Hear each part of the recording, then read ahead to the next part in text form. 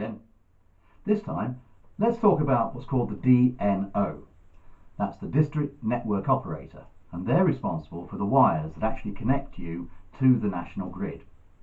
Now, in many cases, you'll already have a good, strong connection, and so there'll be no problem at all, and hopefully we'll get a letter back saying zero cost connection.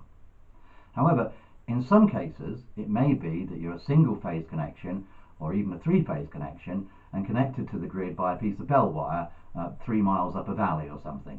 Now, obviously, that's going to create a problem because instead of you taking 3 or 4 kilowatts up the wire, you now might be wanting to send 20 kilowatts or even more down the wire, and that can create a problem.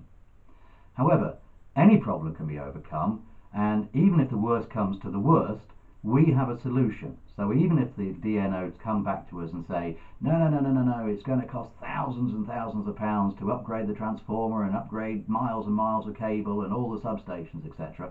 Well, we have a device called an EMA device, and all the DNOs accept this device, and if we put one into the system, obviously you have to pay for it, but if we do that, then there's a zero cost connection to the grid because they don't have to upgrade the transformers, they don't have to upgrade their wires, because the EMA device controls the amount of export that actually goes down the wire.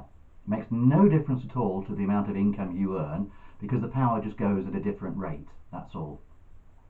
Now, as I said, it may be you've already got three-phase and a good strong three-phase, in which case there probably won't be any problems at all, certainly up to 20 kilowatts and possibly even more.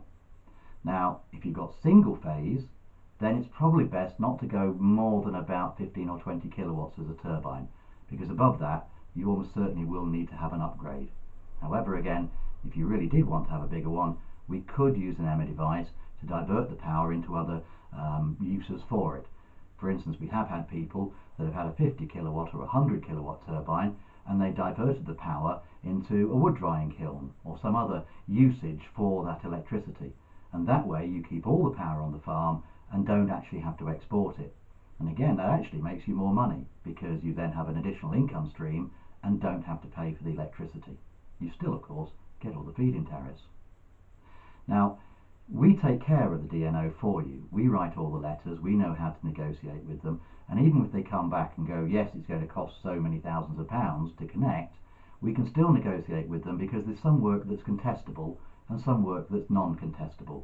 And obviously the contestable work, we can work with you and say, well, hang on, we can do that ourselves, or we can get someone to do it for you a lot cheaper than you can do it.